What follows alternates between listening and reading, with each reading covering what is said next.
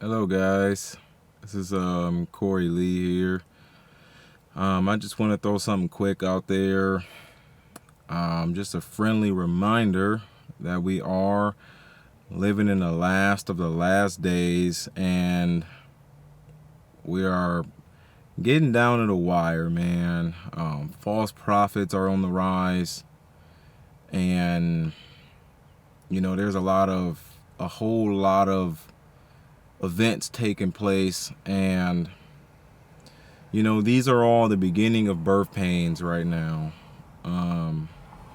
This is not the absolute end of the end, but this is the beginning of the end of the end. The end has to start at some point, and the end has to end at some point. But as of right now, I just want to throw this out there as word of encouragement for the church that God is still looking for laborers. The harvest is plenty, the laborers are few. And I want people to understand that you do not have the luxury of time to wait all your life for somebody else to recognize you for your gifts. You don't have the luxury of time for somebody else to pass you a microphone on their platform or to invite you out to preach at their fellowship, or you don't have the luxury of time to grow a bunch of followers before you get real serious about the Lord. You want to start today. Get in the habit of serving the Lord now before it gets far more costly to do it later. We are reaching a time where if you are not already sold out for God, it is going to be so hard to just throw your whole reputation and everything that you expect out of your life away to just get started at the drop of a dime.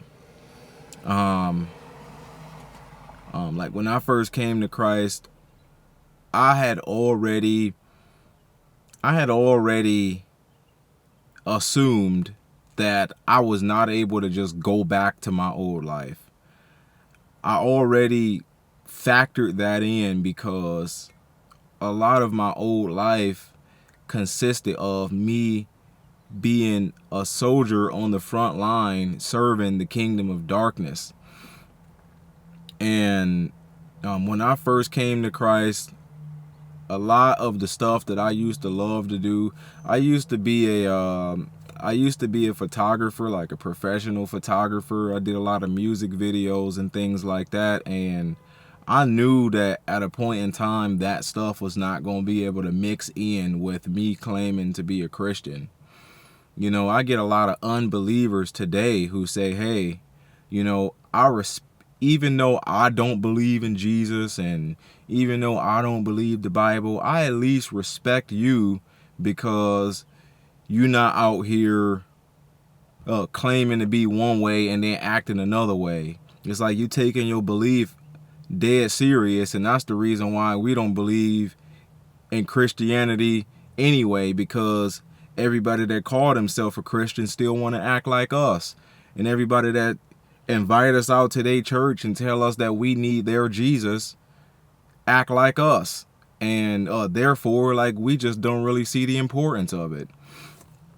And I want everybody to understand that like the world can see through that kind of stuff. Like the world ain't stupid, man. In fact, the children of the world can be more wise than God's children or people that call themselves God's children for some odd reason. It's like they are more likely to process information or things that are told to them, and they're more likely to go and search these things out that's told to them before they just swallow what anybody give them. You know what I'm saying? And I think that we as believers need to be the same way too, especially because in the end times Jesus said, take heed that no man deceive you, because many will come in my name. But I want you to understand that just because Jesus said that does not mean that everybody's deceiving you. Like, you know what I'm saying? So I mean, like, just don't throw the baby out with the bathwater. But the one way that you don't be deceived is to stay close to the word. If you don't know what the word say, then you're a primary candidate for deception. And it is a good idea, especially, man, a lot of us missed it, or a lot of everybody missed it who really just don't really have that much knowledge on what the Bible say. Man, like, all that time we spent on lockdown would have been a perfect time to be able to just read the word. Even if we don't understand everything, just at least read it and let the Holy Ghost teach us the word.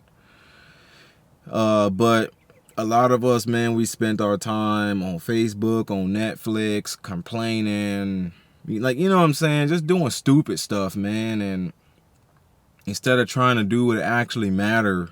But that's just a topic for another discussion, I guess. But if you are a child of God, I just want you to understand that that God has a place for you in his kingdom to serve him right now. You know, a lot of people waste valuable time waiting on a position in the church buildings. And I have nothing against the church buildings. Okay? I don't. I like the idea of them. You know what I'm saying? But like, the thing that I have against them is when people treat the organization like the final authority. And part of that is the doctrine of the Nicolaitans that Jesus said that he hated in the book of Revelation. You would know that if you didn't study the word. But you know, like, treating, you know, people and organizations as the final authority will have you under bondage, and it will have you inactive for the kingdom of God, not seeking God's face for what God want you to do. You know what I'm saying? And a lot of you people, man, like, a lot of people have so many different skills and talents and personality traits that could just be so useful to the kingdom of God. And, you know, we become sheep and stop using our heads. It's like, well, I mean, that's not the idea. You know, the idea of becoming one of his sheep is to let him shine through you as a witness to the world for how great our God is. You know, that's the reason why he sent sheep out amongst wolves. A sheep is the most harmless animal ever. I mean, they don't even have horns, man.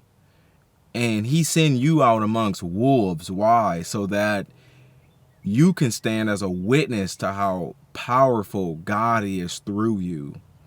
And he's looking to use everybody and every single last talent and gift that they have. I mean, some people are so gifted in being able to be successful in business and all that kind of stuff. And man, we have brothers and sisters in the Lord who are starving in other countries. And I mean, they could really use that. You know what I'm saying? And I mean, we don't have that much time left to serve the Lord here on earth and be about the harvest and do what he called us to do. Like, this is the coolest thing that you can ever do with your life, is serve the true and living God of heaven and earth. You get a chance to serve him, be employed by him. You know, like, he'll take care of everything for you as long as you take care of what he wants you to take care of. I mean, yeah, he might have to have you go and do the work. Yes, you might have to be the one to go and press the button, but he will make the button available for you to press. I know that was a poor analogy, but I mean, what I'm saying is that, like, he'll provide the material that you need to be able to get through today. As long as you are taking care of his business, like being about the Father's business, and the Father will see to it that he's about your business. You know, the Father will see to it that you have food to eat. No, he won't cook it for you. You know what I'm saying? But, I mean, he'll see to it that you won't starve, you know? All you got to do is just be about his business and surrender selfish ambition, because selfish ambitions, I mean, the lust and passions of this world is dying. You know, all of this stuff is dying. Our hobbies are dying. Our expectations are dying. Our businesses are dying. Our hopes and our dreams and all the stuff that we want so badly is just passing away. And on that moment, on that day when we're standing in front of him on Judgment Day, what will we have to present to him?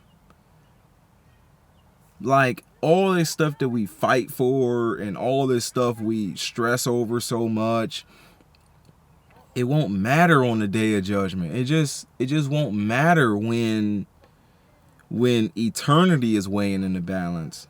You know, if you lost your life today, you're not going to sit back and think about how you wish you would have been more successful in your business, or how you wish you could have bought another car before you die. You going to sit back and you going to think about how much time you wasted on stuff that don't matter right now. And you just really don't want that to be you. And especially if you are a child of God, if you're not, the only thing I can tell you is repent and seek the Lord. That's it. I mean, it's not for you if you're an unbeliever. The only thing that's for you if you're an unbeliever is repent and seek the Lord. I mean, like, you can still listen to what I have to say, but for the most part, this is me speaking to those who are called by his name, or at least call themselves called by his name.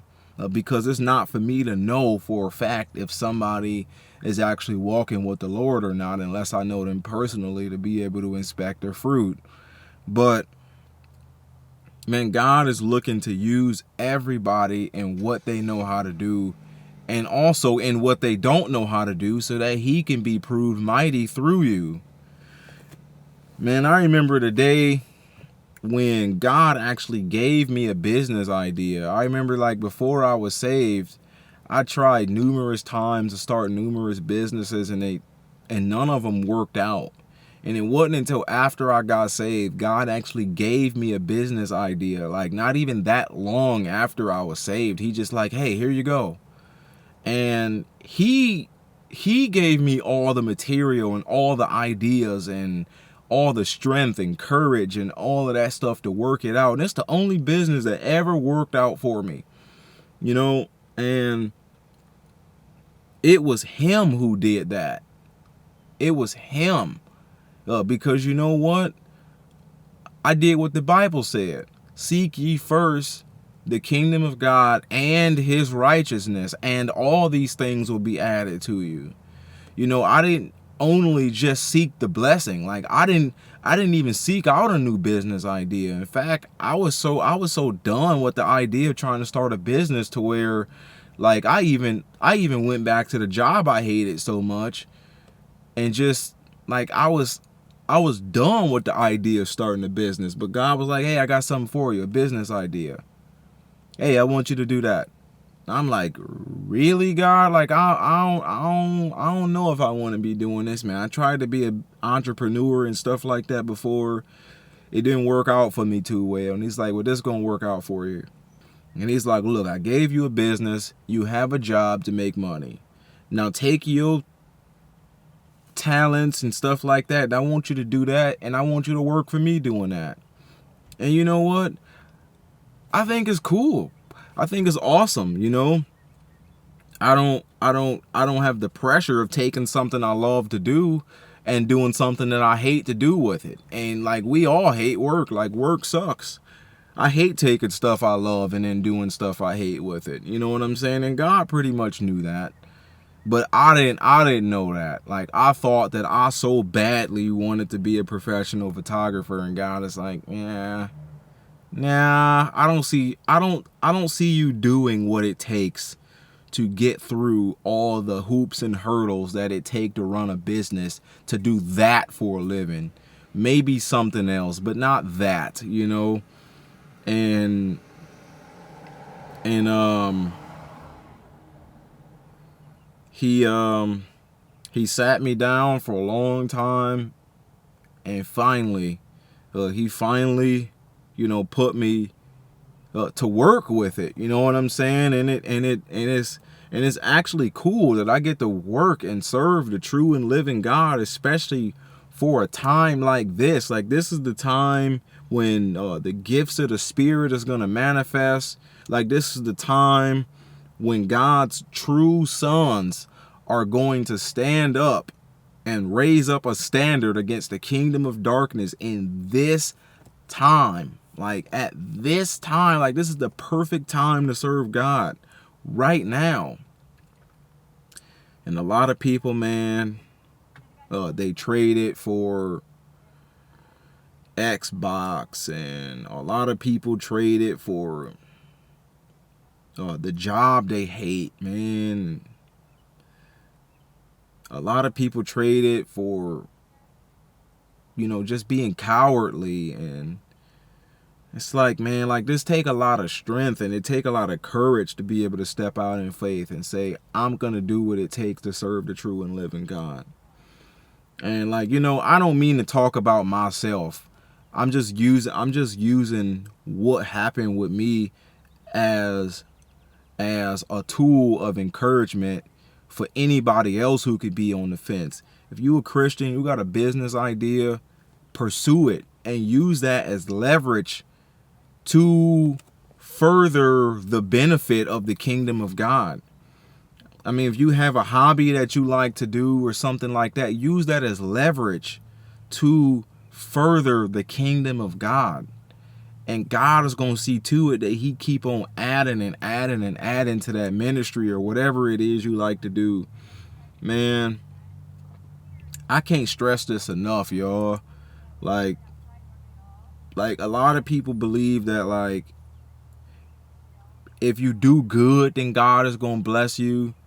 And it's like, well, I want people to understand that God, he will put an increase in things that are more likely to bear fruit. So it's like, if a tree is not bearing fruit, he's not going to keep watering it. If you really don't have it in you to want to make something out of it, then God is just not going to bless it. Like, he's not going to put an increase in things that won't matter. If all you want is a big house and a fancy car, don't think that God is going to bless your business. And I mean, he can bless your business and you can end up with a big house and a fancy car. But most of all, he want to bless a business that's about his business. And he'll see to it that you have everything you need. If you want a new house, you want a new car, buy one. You know, I'm not promoting the idea of being self-indulgent. But what I am saying is that, like, dude, like, it's not a sin to have nice things. But what is not okay is when you put nice things ahead of serving God. Is when you make that the reason why you want God to bless you is just for you to have something nice. Now, that, I don't condone that. I'm just kind of giving you guys an idea on what to expect when you decide that, or when God decides to put you to work, because it's God who ordains a man for ministry. It's not Bible college that does it. It's not your pastor that does it. It's not the elders in the church that does it. It's not some online course that ordains a man for ministry. It's like, all of that stuff has its place, but it is God who promotes. You know, it's God who put people in order, and it's God who sets up kings and stuff like that, man. It's not this world that does it, man. But I want people to understand that it's time to stop putting God in a box. It's like, yes, God might be there in the box, but he's also outside of it. You know, God, he might be there in the four walls in the ceiling of the church buildings, but he's also so much greater than that. He's also outside of it too. And it's time that everybody start taking God for who he is. He's the Almighty God. And he's not limited to on the stage with a microphone in your hand, and that's the only person that serves the Lord, and all of you don't. It's time out for being a pew sitter. It's time out for just sitting in seats and just doing nothing. Man, I hope I inspired somebody today, but if you guys have any questions, just leave them in the comments. If you guys have any prayer requests, feel free to send me a message or something like that, a private message. If this is going on YouTube, I'm going to put my email in the description. If you guys have any prayer requests, you don't got to tell me your private business. Just say, hey, my name is so-and-so. Keep me in prayer. And God know what's going on. I don't have to know what's going on, but God do. And just let me know, man. And I'll go to the Father and I'll pray for you. And that's exactly what I'm supposed to be as a priest. A priest who makes sacrifices of prayer to God on other people's behalf, who really who need it. You know what I'm saying? But other than that, guys, I pray that everybody's having a blessed day. And like I said, if you guys have any prayer requests or any questions, just leave them in the comments below.